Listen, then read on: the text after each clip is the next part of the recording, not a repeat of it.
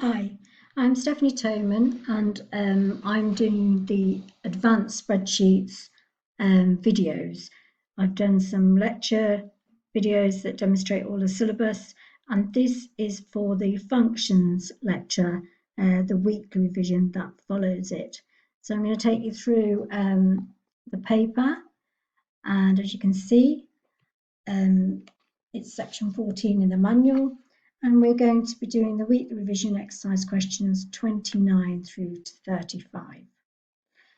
So if we make sure, first of all, we've got the right files. So it's the weekly revision work files, not the manual work files on your learning platform, or it's not. Make sure you don't have the pre-online work files because they won't work with this paper.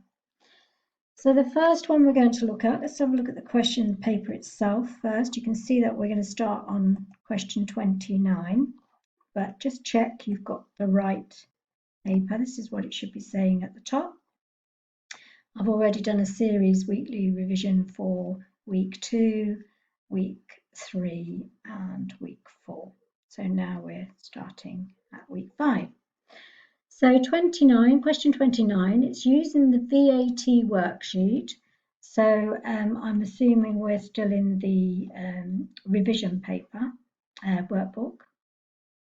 That's where we're finding all these different tabs. So we're going to use that worksheet. We're going to add a function in A1 to enter today's date and time. We're going to add a function in A6 to show the year number from cell D6. And copy it through. Add a function in B6 to show the month, using a function for that, and from D6 again, and copy that through. And finally, add a function in J16 to count the number of invoices not yet paid. Okay, so using the revision workbook again, we're on VAT sheet, and in the first part of the question 29, we needed to put in a automatic today's date and time, which would be a now. Double click, close off brackets and enter, and that will deal with that one. In A6, the question, first part of the question, asked us to draw out the year from D6, so use a function that does that. So on to D6, close brackets and enter. And remember, a double click will go to the next available space. If we go back to the question, it wants us to do in B6, wants us to extract a month from D6. So let's go in there, the month function will do that for us. Double click, click on D6, close.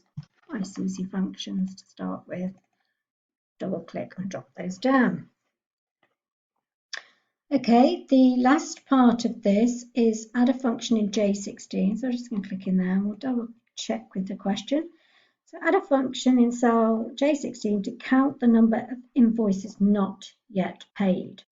So in here, so it's going to be a count. I've worked that one out. And it's a count if, because it's got a criteria that it wants to meet. It's going to be this data range here, because this is the one where we're looking to see if they've yet paid, so payment received.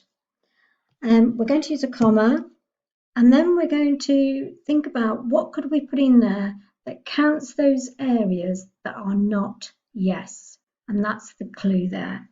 So remember speech marks when you're using chevrons, we need the not sign, which the chevrons opposite each other, and then we're going to have the yes itself, and then wrap that also.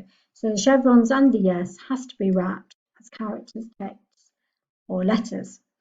And then we can close it off, enter it in, and we get 4. And then if I put a no in, I still stay the same, so I'm not upsetting anything, okay? If we wanted to do it the different way, you want to do it with the insert function, type in the COUNTIF as we did before, bring up your insert function, there's your range, and then you've just got to put the chevrons in and the yes, because it will fix the speech marks for you. And okay. Remember, click out of a cell that's active that you've just worked on in the exam, because you can throw an error up. You would in the real world too before you move around and save things. So, just make sure that you've finalised that cell. Okay, we're moving on to question 30 using the VLOOKUP tab. Back to the question. Okay, in the VLOOKUP worksheet and in F4, use a lookup function to find the discount rate based on the number bought in D4, and then copy that formula down from F4 to cells F5 to F6. So this is where we are, D4. We have a table here, a vertical table, and part of the clue is in the question as well, which won't be quite like that in the exam. It'll just say use a lookup, so we know we're going to use a VLOOKUP. And the sheet says lookup as well with a V. Okay, so we've got our VLOOKUP, we've got our first instance, we've got our comma, we come down and we pick up our table of array. We absolute immediately with an F4 function key. We type in a comma and the column index number is 1, 2. It's 2 because we're looking for discount wherever it's placed on the sheet. So we need a 2, close it up, enter, and then you can autofill. Before we do that, let's do it another way. Equal VLOOKUP, insert function arguments. So you can see what we're doing. I need to be over here actually so I can do the first instance.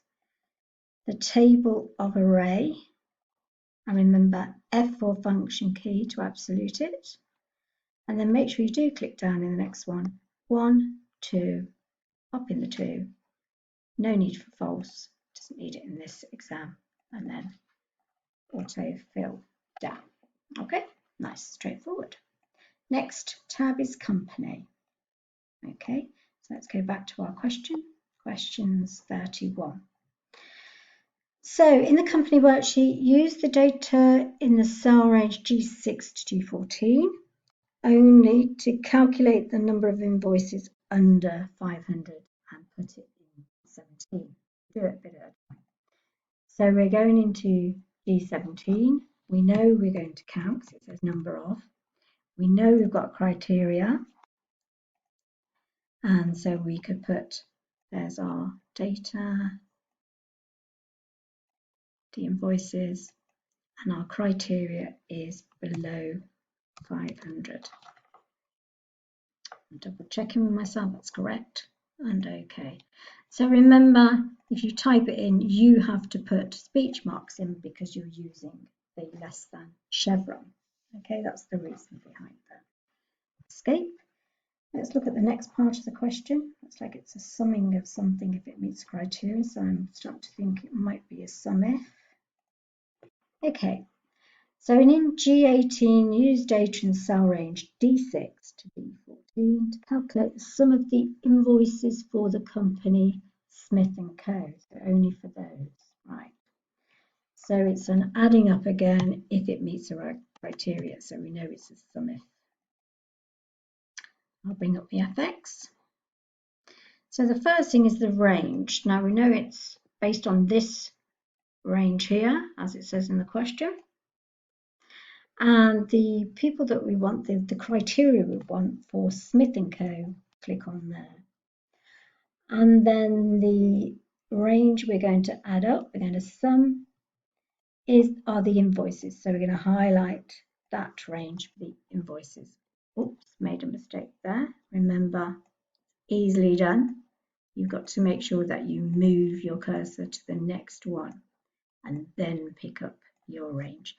So if you see that you do anything along the way, it's not a big deal. You're human, you'll make errors. But if you do, remember you can click around, you can change things, you can edit things, all before you hit that answer button in the test. And then you move on. Once it's answered, it's answered. Okay, so if we OK that, we've got Smith & Co. total invoices only, which is what we wanted. Final part of the question is in H18, add a function to round the figure in cell G18 down to no decimal places. So remember, no round, only round up or round down, and we're doing a round down on this one. We're applying it to G18, and we're doing it by no decimal places. It's quite easy to type in. And yes, that's worked because it's dropped the 0.41 from the answer. So we rounded it down. Okay, lovely. So I'm going to just click on the rank sheet, and then we're going to have a look at the question again for this one. So on the ranking worksheet, add a function in H6 that will rank the number in cell A6 from highest to lowest, relative to the cell range A6 to A14. Okay, and copy the function down. Right, so in here we're going to go equal rank. I know that I can't use a rank ordinary rank, so I have to use rank EQ because I'm in MS 2016. I'm going to go to the FX. So the number that it's told me to look for with the ranking question is A6 here. The reference is the range that it sits within, so that's our range where A6 sits. Would I absolute? Absolutely, because I'm going to autofill it down, which means this will move down as well. So I've absoluted it. I click on the order and it tells me which one is descending. So ranking descending equals 0. It wants highest to lowest. So I'm quite happy with that, the 0. And then what we're going to do is we're going to OK, double click, and there you go. Just as a demo, just to remind you, if you don't absolute that, take it back to relative by keep tapping and enter. First one works, but you will see green arrows appear on the other ones because if I double click, it means the range has moved. It's not stayed absolutely static or stand still. Okay, right, so we're now moving on to the next question.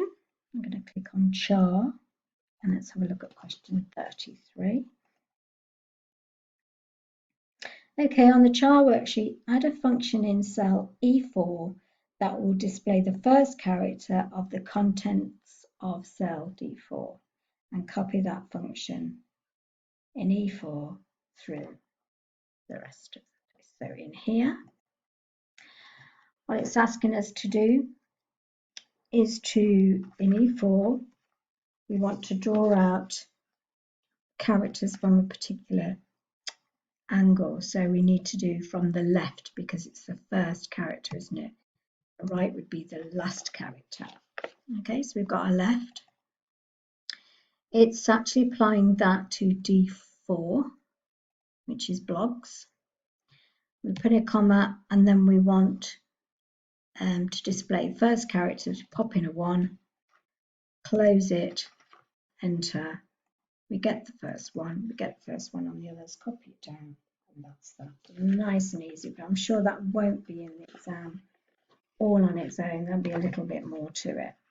Okay, so now we're moving on to the company invoices 2.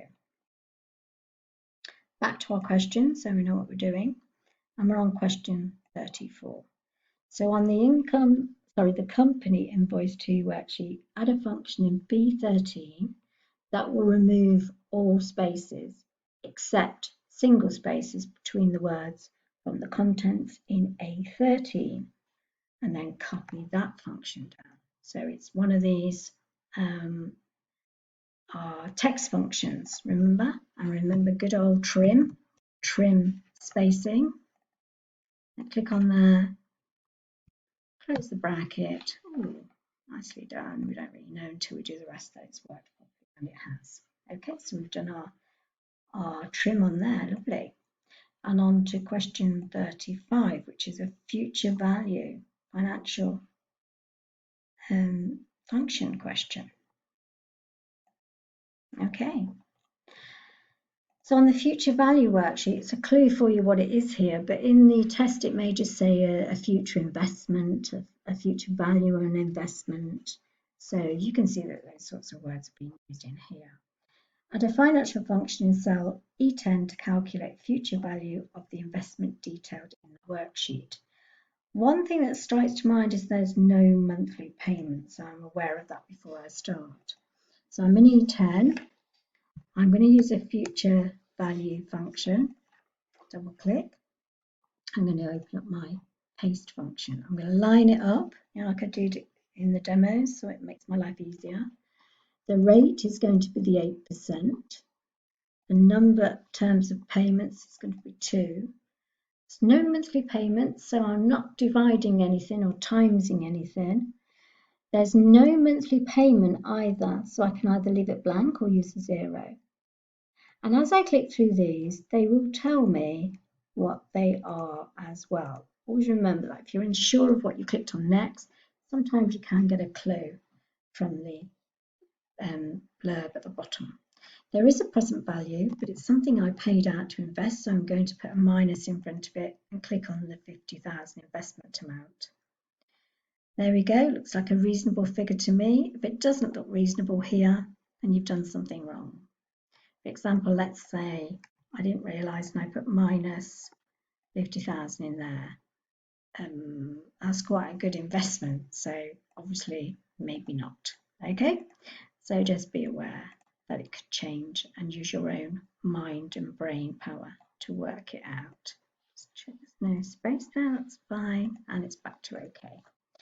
So that's our future value question. Remember, investments look to see if it's one-off or if it's a monthly investment, because that will change how you input the information from the sheet itself. Okay, on the survey sheet next, well, let's look at the question for this one. Question 36. So we're going to use a database function to display the oldest maximum age of females who replied in B52. Okay, so we've obviously got a survey. We've done things like this before, remember, in the demos. So the first thing we've got to do is from the question, I've got to draw out females. Sounds like a criteria to me. And then once we put the females in, we need to look at who replied. So we've got a 1 in there.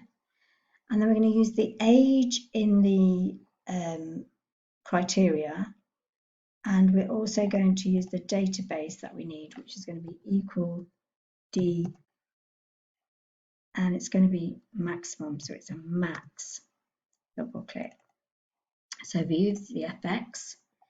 We've got, remember, the database, the whole of the database information that we need to highlight to there.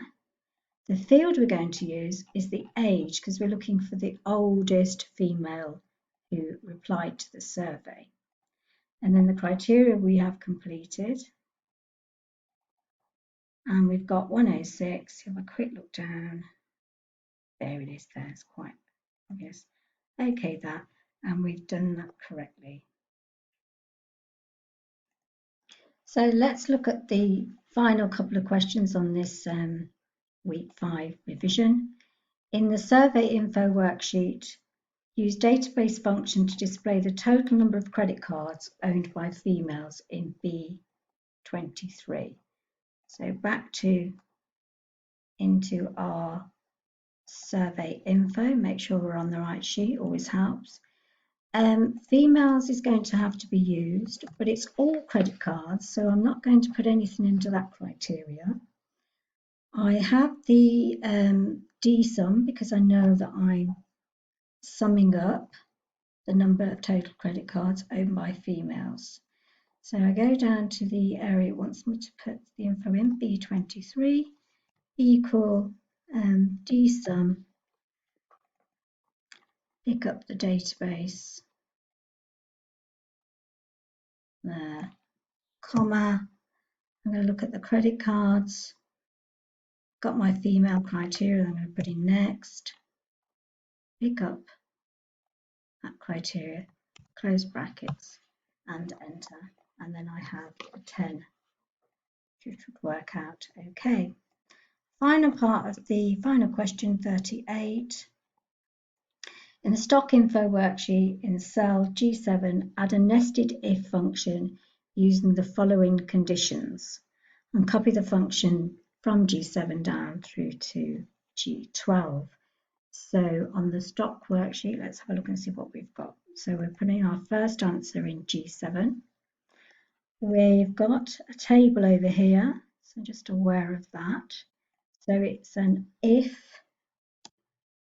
pop in an equal sign first, so I don't know I'm actually doing a function. I'm going to go into my insert function box, and it's an and. I can see it's an and there, and also by the question and. So I start with an and, open bracket.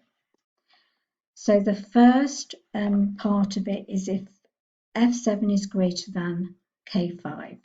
So just check, I can see, so F7 is greater than, and there's K5 there. Remember, it's going to be autofilled, so that needs to be absoluted with the F4 function key. Then we have the comma to separate the first and the second argument. So the second argument is if E7 is greater than K7, absolute again because it's outside, and close the box. So if the first one's true, it wants to order,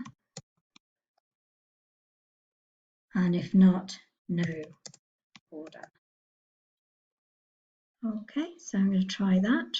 Okay, double click and check that it meets the argument. It does, and I'm going to finish there on this series of the revision paper questions up to 38. Thank you.